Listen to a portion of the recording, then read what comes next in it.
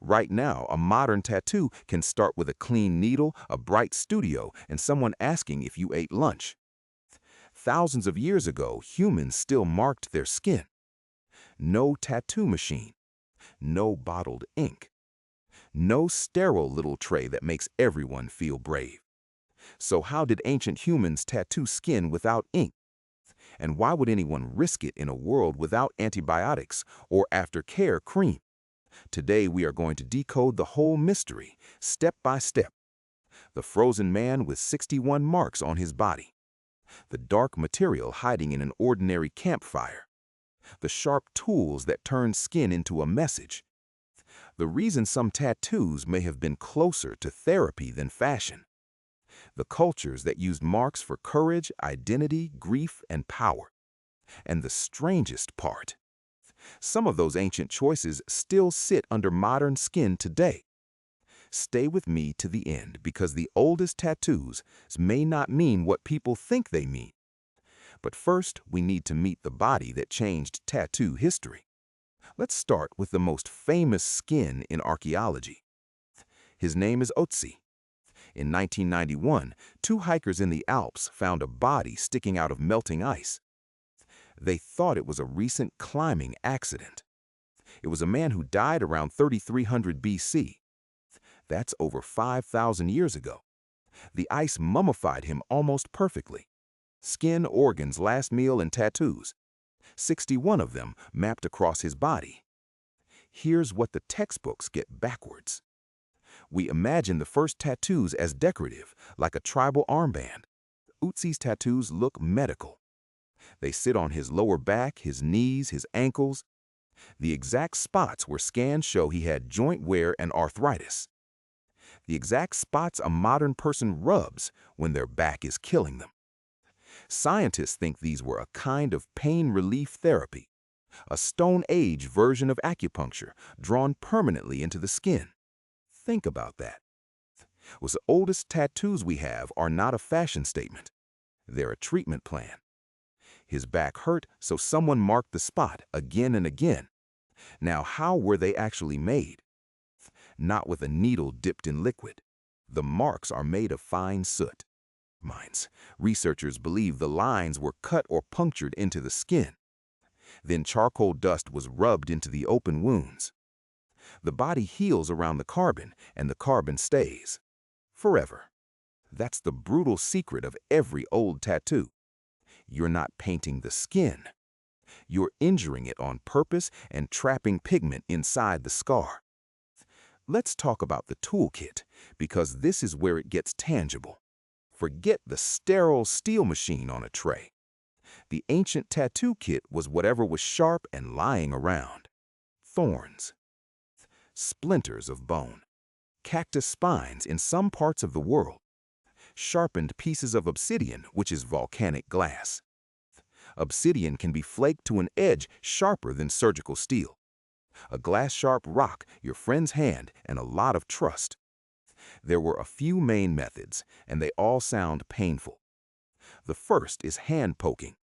You dip a point in pigment and tap it into the skin dot by dot. This is still how a lot of traditional tattooing works today. Go to a stick-and-poke artist now, and the physics are identical. A point, a pigment, and patience. The technology has not changed in thousands of years. The second method is cutting and rubbing. You trace a shallow mark, then press soot into the mark. The third is the most surprising. It's called skin stitching. You thread a needle with sinew, soak the thread in pigment, and draw it just beneath the surface. The pigment wipes off the thread inside the wound as it passes. Indigenous Arctic peoples use this for thousands of years. Imagine your tattoo being literally sewn on. Suddenly, the buzzing machine sounds relaxing. So that's the tool. Now let's talk about the ink, the real no-ink part of our question. The #1 ingredient across the ancient world was carbon, soot, charcoal.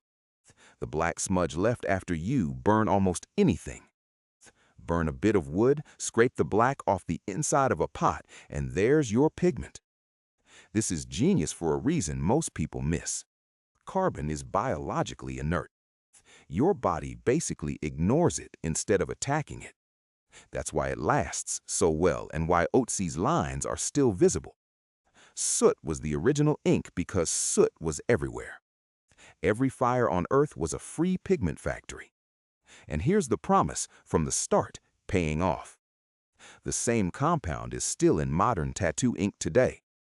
Quality black ink is often carbon-based pigment. We dress it up, suspend it in sterile liquid, and put it in a sealed bottle. But the dark heart of it is the same thing they scraped out of a cooking pot. Then versus now, the bottle changed. The pigment did not. But carbon is just the start.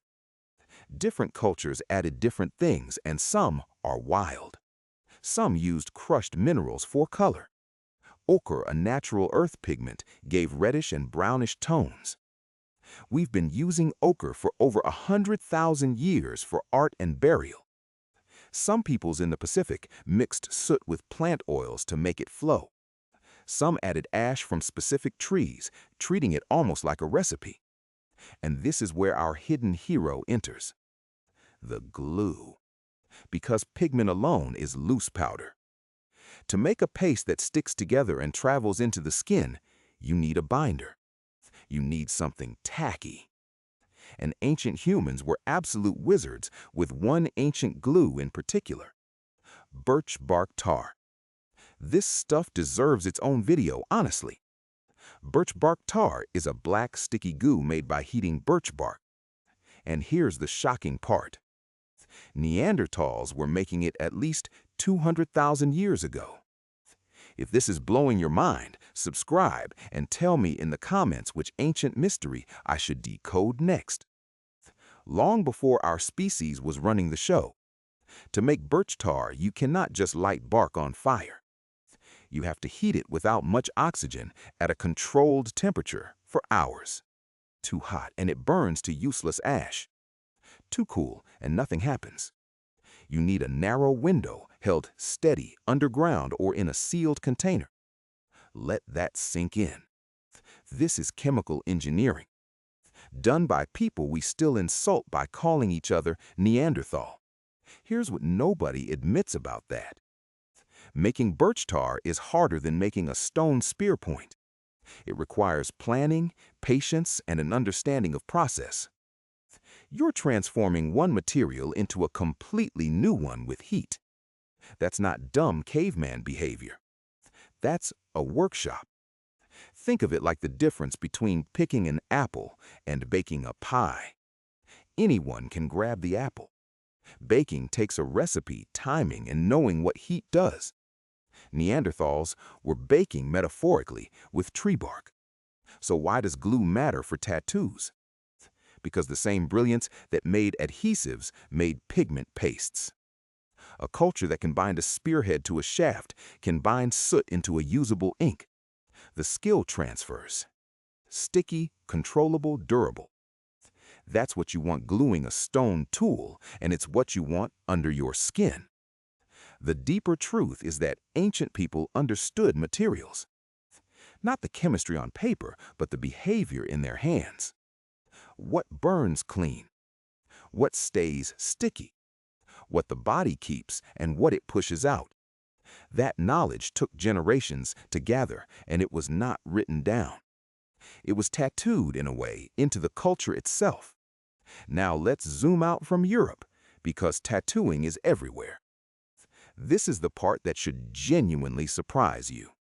Tattooing was not invented once and shared. It appears independently across the entire planet. Ancient Egypt has tattooed mummies, especially women, going back thousands of years. For a long time, scholars assumed those tattoos were, let's say, decorative for entertainers.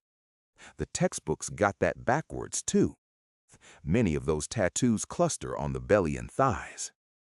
The leading idea now is that they were protective, tied to pregnancy and childbirth. Marks meant to guard a body through the most dangerous thing it could do. That reframes everything. These were not party decorations. They were armor you couldn't take off. In the Arctic, indigenous peoples developed skin stitching to a high art. Faces, hands, and chins marked with soot-soaked thread. The tattoos carried meaning about adulthood, family, and identity. Colonial authorities tried to ban these traditions for over a century. And here's a hopeful twist.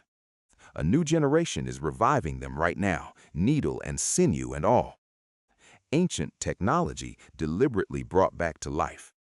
Across the Pacific, tattooing reached staggering complexity. The word tattoo itself comes from Polynesian languages, from tatau. Master artists use combs of bone or shell tapped with a small mallet. The comb has a row of tiny teeth that punch pigment in with each strike. Tap, tap, tap, hour after hour, across the whole body. A full traditional design could take weeks and a lot of endurance. There's your modern bridge. We complain about sitting through a 3-hour session for one sleeve. They sat through weeks by hand with a mallet. And they considered the pain part of the meaning, not a bug to remove. This pattern repeats on almost every continent. Soot, a sharp point, a binder, and a reason that mattered. The materials were local. The idea was universal. So let's answer the title question plainly. How did ancient people tattoo with no ink? They redefined what ink even is. They took the most abundant pigment on Earth, soot, and made it permanent. They bound it with oils and tars they already mastered for tools. They drove it under the skin with thorns, bone, glass, and thread. And the body did the rest, healing the pigment into place. No bottle required. Just fire, skill, and the willingness to be marked. Now here's the question that gets me. Why did they do it at all? It hurt. It risked infection. It took hours or weeks they could have spent finding food. And yet humans everywhere chose to do it anyway. That tells you tattooing was never really about decoration. It was about saying something the body could not unsay. This is mine. This is who I am. This is what I survived. This is where it hurts, and this is me fighting it. A modern person walks into a shop to mark a loss, a love, a milestone. A person 5,000 years ago did the exact same thing, with a thorn and some soot. The technology is a footnote. The impulse is the whole story. So picture Ötzi one more time. A man with a bad back, high in cold mountains, thousands of years before writing. Someone he trusted heated a point, ground up some charcoal, and went to work. 61 little marks made to ease a pain we still feel today. That ache in your lower back when you stand up too fast. He felt it too. And he had someone who tried to help. We didn't invent the urge to fix each other or to mark what matters. We just put it in a sterile bottle and added a buzzing machine. The ink changed. The reason never did. If that surprised you, hit subscribe so you don't miss the next decode. Next time you see a tattoo, look past the design. You're looking at one of the oldest technologies we have. Fire, carbon, and the very old human need to be seen. That need is ancient. And it's still right there under your skin.